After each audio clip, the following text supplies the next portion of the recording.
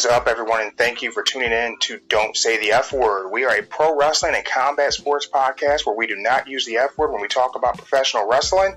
Today, it's unreal for me, it's unreal for Mark, because we are here with the unreal Flip Gordon. Flip, how are you? I'm doing great, and it looks like Flip is the only F word we're going to be saying tonight. That might be hard for me, but I'm going to try my best. And, well, you know, we don't restrict anything anybody wants to say. We just, there's one specific F word whenever we talk about pro wrestling that we do not use here on the podcast. And it's just out of respect for, I love combat sports, and for me, pro wrestling is, in fact, a combat sport. Oh, there may be people who disagree, and those people, well, they probably shouldn't be tuning into this podcast. I mean, it's, we have a puppet named Mark here who is a huge mark, and when it comes to his pro wrestling that he loves. So I don't think if you use that F word, you shouldn't be tuning in anyway. So I don't think anyone who uses it will be here checking us out. But, you know, I'm a huge fan. I want to get that out of the way so that way I don't mark out like Mark. I just want to put that out there. I appreciate that. I've been a fan of yours for right about the time that I fell back in love with pro wrestling. So we're looking 2014 to 2016 era as I started coming back into really appreciating pro wrestling and really finding, you know, the Bullet Club, who I know you had some beef with. So I got my Murdered Out Bullet Club hat on, not my one flaunting them too much. But for my listeners who may not be familiar with Flip Gordon, which I actually have some that aren't, I was talking to one today and he's like, I'm not too familiar with Flip. I'm like, you listen to my podcast. How are you not familiar with Flip?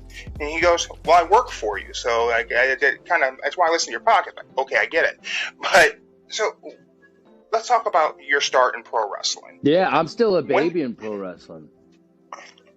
I've only been doing this a few years. Yeah. When did you get started? So I started training in 2014. And after 6 months of training, I had my debut match in May of 2015. And then I signed to Ring of Honor in 2017. And then I was with Ring of Honor until 2022. So that's crazy. So in your infancy in pro wrestling, you signed to the biggest, quote-unquote, indie promotion in the world at the time, in one of the golden eras of Ring of Honor, because I think Ring of Honor has had multiple golden eras throughout the promotion's lifetime. How was that being so new to the sport, being in there with kind of a killer's row of Ring of Honor at that time? Oh, it was sink or swim. There was a lot of pressure. And I had signed to Ring of Honor literally like 2 weeks before my 2-year mark in the business. And so like getting tossed in there and then immediately working with the Young Bucks, Adam Page, Marty Scurll, you know what I mean, Cody. Like it was kind of like, I was like, all right, is this just one long, like harmless rib? Like when's this end? And then it went for like a year, almost 2 years where I was on BTE.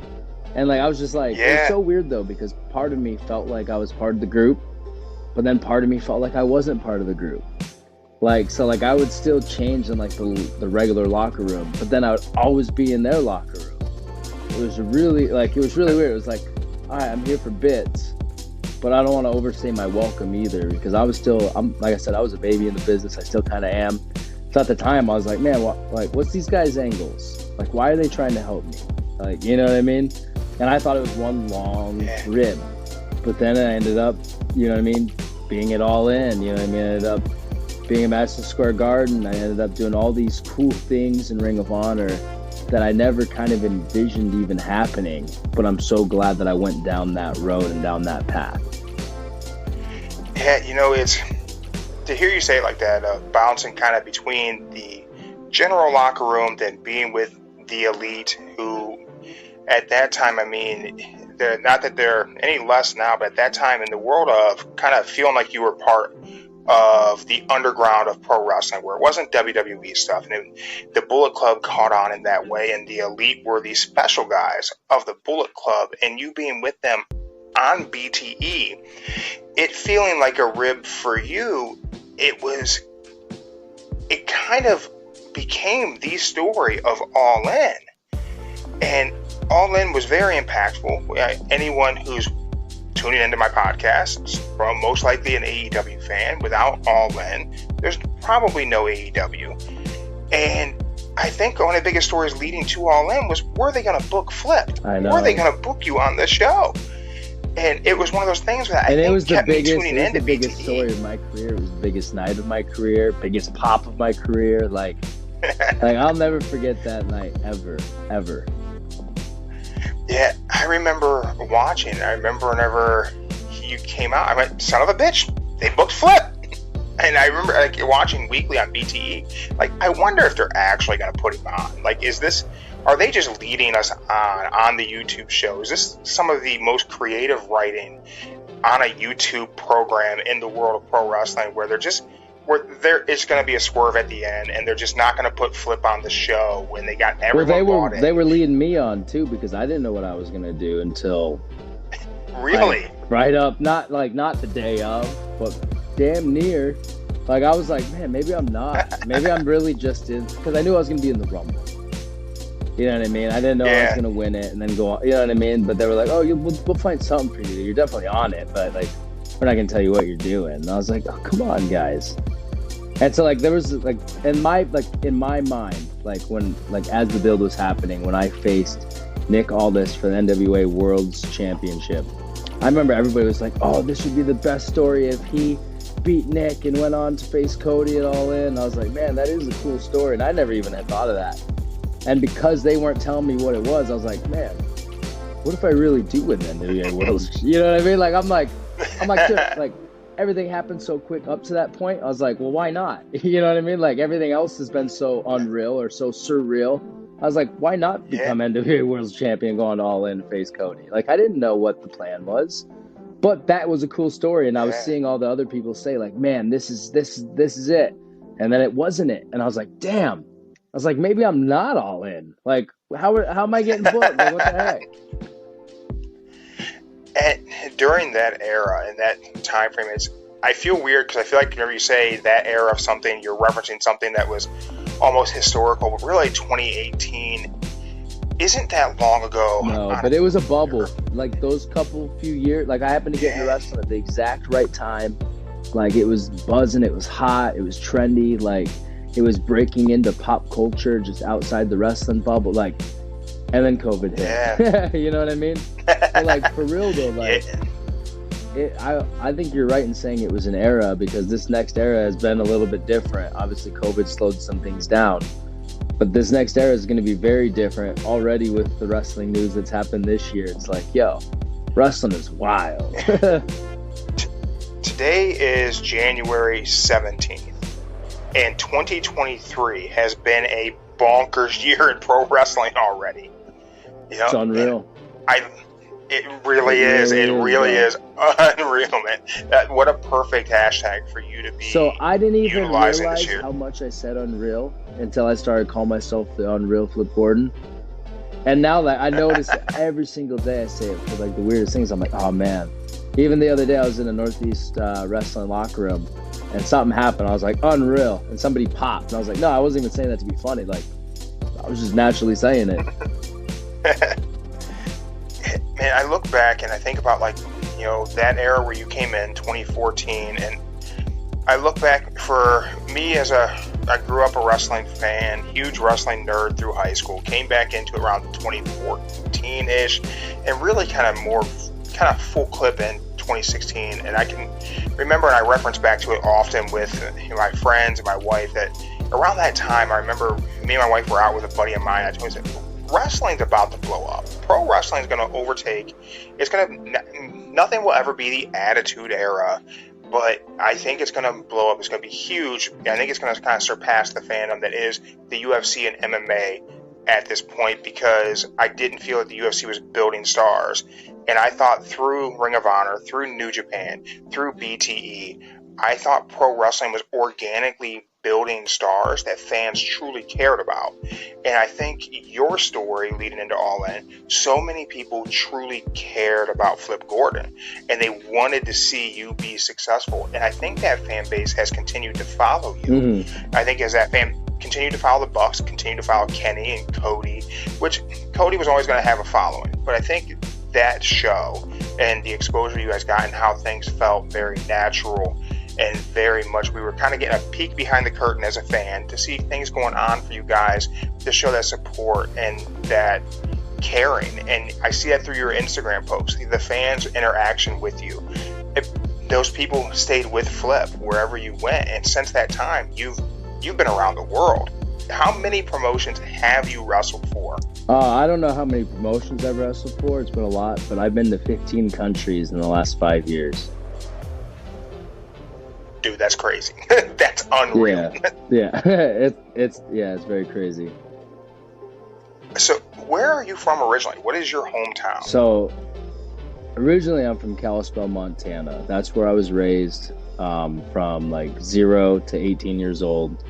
I was born in South Weymouth, Massachusetts, but I don't bill myself from there because I never really lived there until like 8 years ago when I moved to the East Coast to train for wrestling. That was the first time I ever lived in Massachusetts. So I don't really bill myself from Massachusetts, even though I was born there. And I have a huge like tie to Massachusetts. I've always loved Boston. I've always been a Boston sports fan. But I'm from Montana. Like, that's where I'm from. That's what made me who I am today. So I'll always rep Montana on my back. That's awesome, man. So growing up in Montana, did you ever think you would travel the world as a pro wrestler? I mean, I truly believed that I would. There was never a doubt in my mind that I couldn't do this. But there was a time where I used to dream of going to New York City, where I was like, man, I can't believe like New York City, because most people in Montana, they don't get out of Montana. Like, I remember when my stepbrother went to Disney World, and I was like, oh, tell me all about it, because I don't think I'll ever go. You know what I mean? Like kids in Montana literally dream of going to places like New York City or Miami, or, you know what I mean? Because we don't have cities like that in Montana. Like, we don't get very many sporting events. Like, WWE never went to Montana when I was a kid. And so, like, to me, to travel the world is pretty unreal. It's a blessing. But deep down inside, I always believed I could do it. And there was never a doubt in my mind that I wasn't going to be a pro wrestler. I just didn't think it was going to happen the way it happened and as fast as it happened. Yeah, I mean, to think to have that, 8 years ago, you moved to start training, and the things you've been able to do, the places you've gone, and the people you've shared a ring with, it's truly a who's who. I mean, your match with Cody was a great match. I've seen you with Will Ospreay, great match. Jonathan Gresham, great match. And I think that it's amazing to see where you came, and to think that your career has really been a very short window, and your skill set between the ropes, it's fantastic. I love watching a Flip Gordon match. Like, well, I was on catch up because like I went and did the military first. I was in the military for 6 years. I went to college first. Like, some of these guys that are only like 4 or 5 years older than me have another 10 plus years of experience than me.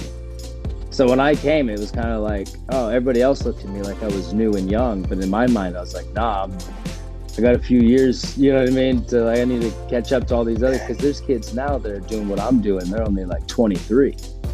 I'm 31 now. You know what I mean? Like, in some people's eyes, I'm too old. You know what I mean? Which is wild, because I still feel so young. But like, I was on catch up. So I was like, yo, I need to be good as soon as possible. Kind of like Logan Paul said, like, I ain't got time to suck. Like, I got to get good now and quick. Man, Logan Paul has really no business being as good of a professional wrestler as he is. Like, the short window that he's done, I think that, you look at guys like yourself, guys like Logan, those guys who look at what they set a bar for themselves, and to go out there. Well, some people just have it and they won't take no for an answer. Some people are just they won't take no for an answer. Yeah. I think now he's calling out one of John those guys. Cena, like, wild. You think that'll happen? No, you think that's the Mania match? I don't think so. I'm not saying it will never happen, but that's a match you can do at any Mania. Yeah, that's true. Yeah, you don't gotta do it now. I think there's you a lot. I think there's some people that have buzz and storylines that you can capitalize on. Like even with Cody winning, it's like he could win, but is he the right choice for this year? I don't know. I'm not the booker, but that's what I love about this type of like season though, especially with like what they're doing over there right now, is you don't know who's gonna win because there's a couple people that could win, which actually makes it a mystery. Yeah. I hate it when it's so obvious, like, oh, I think that guy's gonna win. Yeah, it's the Rumble season is always great because mystery of who could it be, and always those betting odds. But if you had the pencil, if you were the booker, who right now, all storylines being the same, nothing changes, everything exactly what it has been to this point. Who would you book in that spot? Sammy Uso, baby. Sammy Uso. I think that's the best story. He actually has so much drama there with the bloodline that you could really kind of build on. Where it's okay, well, you won. Are you going to do it though? I think that's definitely to me. It brings me back to like 2005, 2006, and I'm not a historian, so I could be wrong on the years. But like when Batista won, and it was like, all right, who are you gonna face? And then he turned on Triple H. It was like, no, but we all saw it coming. You know what I mean? Yeah. So it reminds me, it's like very similar to that, and it's like, man, there hasn't been like a story like that in a long time. Yeah, I was really hoping that we wouldn't be going to WrestleMania season with Roman having both belts. See, I love it. I enjoy him being champ. I do. I'm not one of those guys who think, Roman shouldn't have had this run. I think it's been immensely entertaining. I just think that, like, if they were separated, that we could have done something with him and Seth where we could have probably pulled the belt off of him onto Seth, but so many things didn't align because I think we could have done a bit of I would fix that problem? What do you got? You got both belts. You should have to defend both belts at WrestleMania. Because then you can have two matches. You can protect Roman for night 2. You know what I mean? Yeah. But I love that there's just one top champion. Because he can go to Raw, he can go to SmackDown, he can do whatever he wants because he's the, he's the tribal chief. He runs the show. And I think it being makes that guy it is different. Good. I hated that they had 2 world titles. I hate that they have so many world titles. Every company has too many championships to the point where it's become a participation award. It's like, oh, he's a champion. He's a champion. It's like, man, Oprah's out here handing out championships. You know what I mean? Yeah, it's definitely a problem we have in modern pro wrestling. There's a title for all kinds of stuff, and whenever you could do some multiple belts and have some variation in kind of how they're defended, I'm okay with Roman being champ because I think the Universal title lacks a legacy.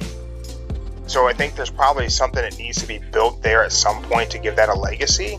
But if I look at, promotions overall, I agree with you. There are just too many titles.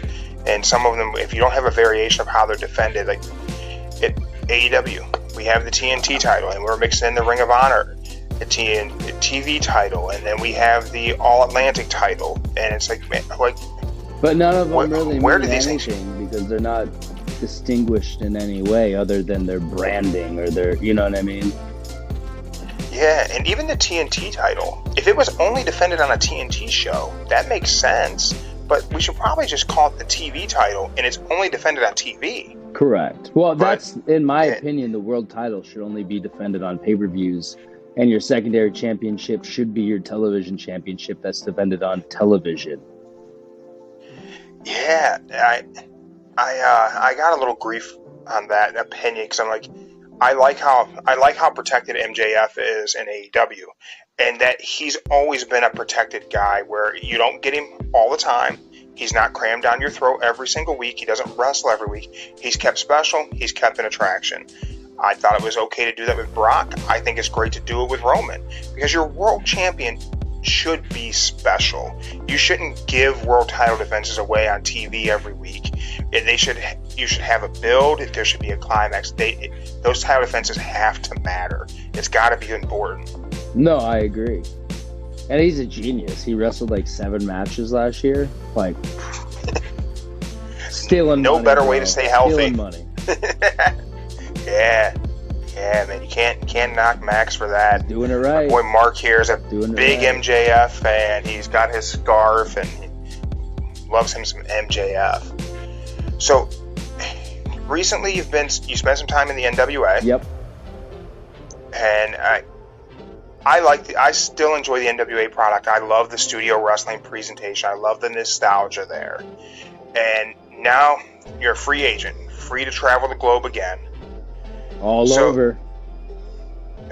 Right, you're gonna hit how many countries do you hope to hit this calendar year? So my goal is to go to 3 new countries, meaning no countries that I'm already going to Australia, already going back to the Bahamas. So like I'm already going to a few countries. Mexico, I love going to Mexico. But my goal is to hit 3 new countries this year. Hopefully Poland. Would love to go to Puerto Rico. I know that's not a country, but I would love to go to Puerto Rico. Love to go to Argentina. My dream destinations are like Brazil, Portugal, Spain. But yeah, just 3 brand new countries. That's my big goal for this year. That is an awesome goal to have. Just set it out. 3 new countries. In your midst of traveling the world, hitting many different promotions, and really showcasing your talent and your ability. I think that people who may not be familiar with you are going to be very surprised whenever you pop up in their, local indies. You're hitting TV, hitting YouTube, and social media, because your skill set, your move set's crazy. Like, it's getting even crazier, stuff, man. You have no idea. So I just stumbled upon these people. I don't even know what you would call them, but like they're like slackliners, like tightrope walkers and jumpers. And some of these guys, the things they can do on these ropes have given me some of the craziest ideas to do on the top rope. And to the point where I bought myself a tightrope, and I've been practicing to make my balance so much better. And you better believe I'm going to be king of the top rope, because some of the things they do, I'm like, I never even thought of that. Let me see if I can try that. It's insane. That's crazy. So I went down a rabbit hole, I don't know, man, maybe 5-6 years ago. I stumbled across slackline videos on YouTube, and for a brief moment in time, and I mean, we're talking maybe 4 days, I was convinced I was going to order a slackline and run it through my backyard. I bet I could do some of that shit. And I was like, you're going to break your neck. Like, be realistic with some limitations here. And she was right. I'm way too husky for that nonsense. But I have seen some people do some crazy stuff. Oh my gosh. They can ride it down like a trampoline. They're just jumping up and down. It's crazy. I want to jump on the top rope like a trampoline. That'd be cool. Absolutely. I mean, for you to think that you're going to expand upon the things I've already seen you do, where I'm like, man, I don't know how wrestlers who are high flyers. I've been taking parkour classes. I'm trying to anything I can learn to make me different and change my mind when it comes to creating new moves, because I love doing a move that nobody else can do. There's nothing worse than watching the show or watching at the monitor and see somebody do a move that you want to do in your match and then being like, oh, dang it. Well, when I make up my own moves, I ain't got to worry about that, because I know that I'm the only one that can do the moves that I do. Well, except for John Morrison, because he stole one of them. He don't count. John Morrison doesn't count. He's one of my favorites, and he actually asked me for permission first, which was an honor, because I literally grew up watching John Morrison and got into breakdancing because of John Morrison. So, and he's one of my good friends now. So, but that was pretty cool to see him do it. I was like, all right, I ain't even mad about that. As he is someone who over the years I've seen, and every time you see him execute something and it's as safe as he executes it. He's scary. And he takes stuff to the next level. It doesn't make sense to me how he does some of the things he does, and it's so safe, and he comes down so flat, he's a ninja, so perfect. You know he's that, able to right? He's a real ninja. But he's not allowed to tell me. So I got to worry about. So I'm probably gonna be in trouble for telling you, but yeah, he's a real ninja. Man, we're gonna have to both take karate lessons now, because now we both know we're gonna be able to defend ourselves. I'm screwed.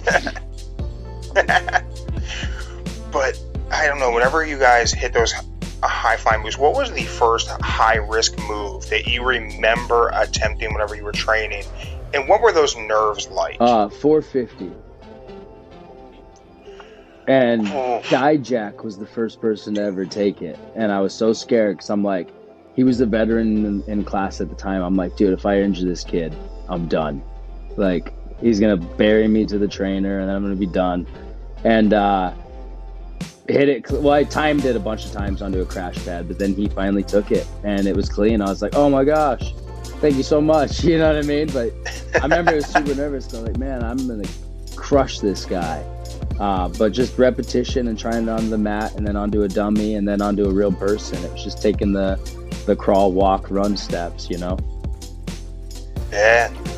I mean, I've watched guys train, and I love that so many wrestlers are so more open now with sharing training, sharing things as they're getting ready to try something out. You see people in their vlogs on YouTube sharing stuff, and I always watch it in amazement because the athleticism that it takes to do these types of moves. And I know modern wrestling gets grief from your guys with an old school mentality of everything's a spot fest, everything's this, and everyone's just trying to, hit this big thing. But to me, there's so many layers in pro wrestling now. There's truly something for everyone now, and it kind of hits different things that you appreciate in athleticism. And I love the high flying stuff, and I have a grappling background, so I love all the mat technician stuff too. I think there's just so much for everybody. See, right now. I hate high flying. I just love flying. But like I hate it when it doesn't make any sense. Like I try not to flip just to flip. Like I want it to make sense, and like I'm trying to either attack somebody, or if I have them on my shoulders, I'm gonna flip with them to transition into something. But like I want my stuff to make sense. And I'm not good at remembering, so I just try to make it flow as easy as possible. So try and get those things that just make sense naturally and organically, so that way you can remember to get there. I mean, I'm a big fan of on the fly wrestling. Yeah. And I think we need to bring it back. So, growing up in Montana, preparing yourself mentally, knowing you were always going to be a pro wrestler, who were your three biggest influences? John Cena, Eddie Guerrero, and Paul London. Nice. Yeah. That is a good three right there. I think Paul London probably doesn't get enough credit in people's list of guys who were very athletic, very skilled, and very safe. Oh, he was absolutely insane. Like, I still study him to this day. That's one of my dream matches, and it hasn't happened yet, but I hope it'll still happen. I heard rumors that he might have retired. I don't think so, but yeah, I feel like I read that somewhere, but I mean, you never know whenever you read anything involving pro wrestling Ric Flair's online. Retired how many times? So I think I got time. I think so, especially since I think you could probably get a match with Rick at this point, because I think he's wanting someone to book him for another one. So we could probably see Flip Gordon, Ric Flair this year. Could you imagine? I mean, hey, crazier things have happened. That's for sure. Crazier things have happened, and I think that internet wrestling community be damned. I think anyone who's ever laced up boots would love an opportunity to share the ring with Ric Flair if they haven't had that opportunity in their lifetime, because not too often in any other athletic endeavor can you share your sport with a true living legend. No, I mean, I work for Northeast Wrestling on the regular because I'm like a homegrown guy for them, and they always book Jerry the King Lawler. And I was like, yo, book me against Jerry the King Lawler. Like, that'd be such a cool match. And he's like, nah, I don't think that'd be a good match. I'm like, what? I can work any style. Come on. But they think I'm going to do a 450 onto the King. Like, nah, trust me. I'm a shooter. Like, I've wrestled all throughout high school. Like, I can grapple. Like, I can also do hokey style. I love being funny. I think I'm a comedian. I'm not, but I like to think I am. I think we could definitely see you doing a comedic match with the King. I mean, I'm sure you guys could figure something out. Oh, we could do a flat Earth match where if I make him say the Earth is flat, I win, and if he makes me say the Earth is round, he wins. And the winner is See, the Flat Earth champion, since we're just making up anything that's a championship now. yeah, I mean, I got somewhere around here. I think I got a belt on. Mark's got a belt he's rocking. We can modify that. I like his shirt, though. He's a Cena fan. Let's go. Hey, Cena fan. He's got a scarf on. He got a scarf for Christmas. He was very excited to get all those things. And it's funny you mentioned Jerry the King Lawler. My hometown, where I'm at right now, I'm a one town over from Jerry King Lawler's hometown in Ohio. Yeah, and it's funny going. Me and my wife, 2019, we took a pro wrestling road trip. We went to Nashville, we went to Memphis, caught 2 WWE shows in the area, and got to go to Jerry the King Lawler's restaurant in Memphis. And looking at a lot of his stuff that he has in his memorabilia, and he had his yearbooks and his art books from high school and junior high, and his schools that are just 10 miles from my house, and it's just kind of that crazy connection there. It really is, right? Flip, what's next? I know you're free agent, a few months off. Where will people be able to find you next? Ooh, okay, so I'm going to be on the Jericho Cruise coming up in a couple weeks, where I am in a tournament. I'm already in the finals for the first ever Jericho Cruise Oceanic Championship Tournament. I'm already in the finals because I'm undefeated at sea. And I plan on remaining undefeated at sea when I beat these 4 other jabrones. Well, not all 4, but which one makes it to the finals with me, they're going to lose because I don't lose at sea. I'm undefeated at sea, and I will be forever because I'm not real. I'm unreal, and I will become the new and first ever Jericho Cruise Oceanic Champion. Then after that, me and my boy Brian Cage, the Flippin' Machines, go back to Australia. We're going back down under to defend our WSW Tag Team Championships. But other than that, my goal is just to keep killing it everywhere I go. I've been killing it in AAA. I got a lot of dates coming up with them going forward. But you never know. I got some unfinished business in Ring of Honor, so you never know. I might pop up there. I might go to NXT. You never know where I'll go. But I'm not going to tell you either. I can tell you. So you're just going to have to wait and see. Hey, keep people guessing. I mean, there's a thing coming up here pretty soon where they need 30 people in the ring. So, maybe you get a phone dang call it, I'm 31. Draw one of those they numbers. They could have called me last year when I was 30. Age. Dang it, I'm always missing the age limit for everything. Story of my life. 40 years and I'm always missing out on all the good things. Hey, 40's young. 40's young.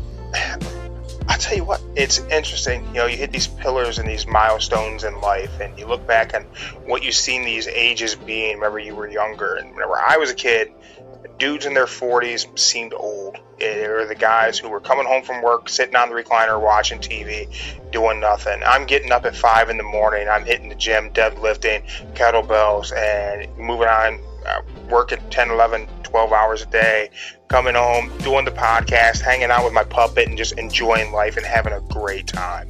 So I don't know what was wrong back in the 80s and early 90s, but I feel like those dudes weren't living their best lives, and I feel like they really missed out because life is fun. Oh, yeah, and life is short. Yeah. Life is crazy. I remember when I was working at a hospital in Kalispell, Montana, I was delivering food to patients.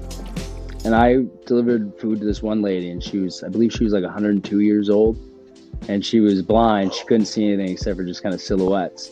And I remember she told me a story how when she was like in her late teens, early 20s, I can't remember exactly, but she met her husband, and after 3 weeks of knowing him, they got married.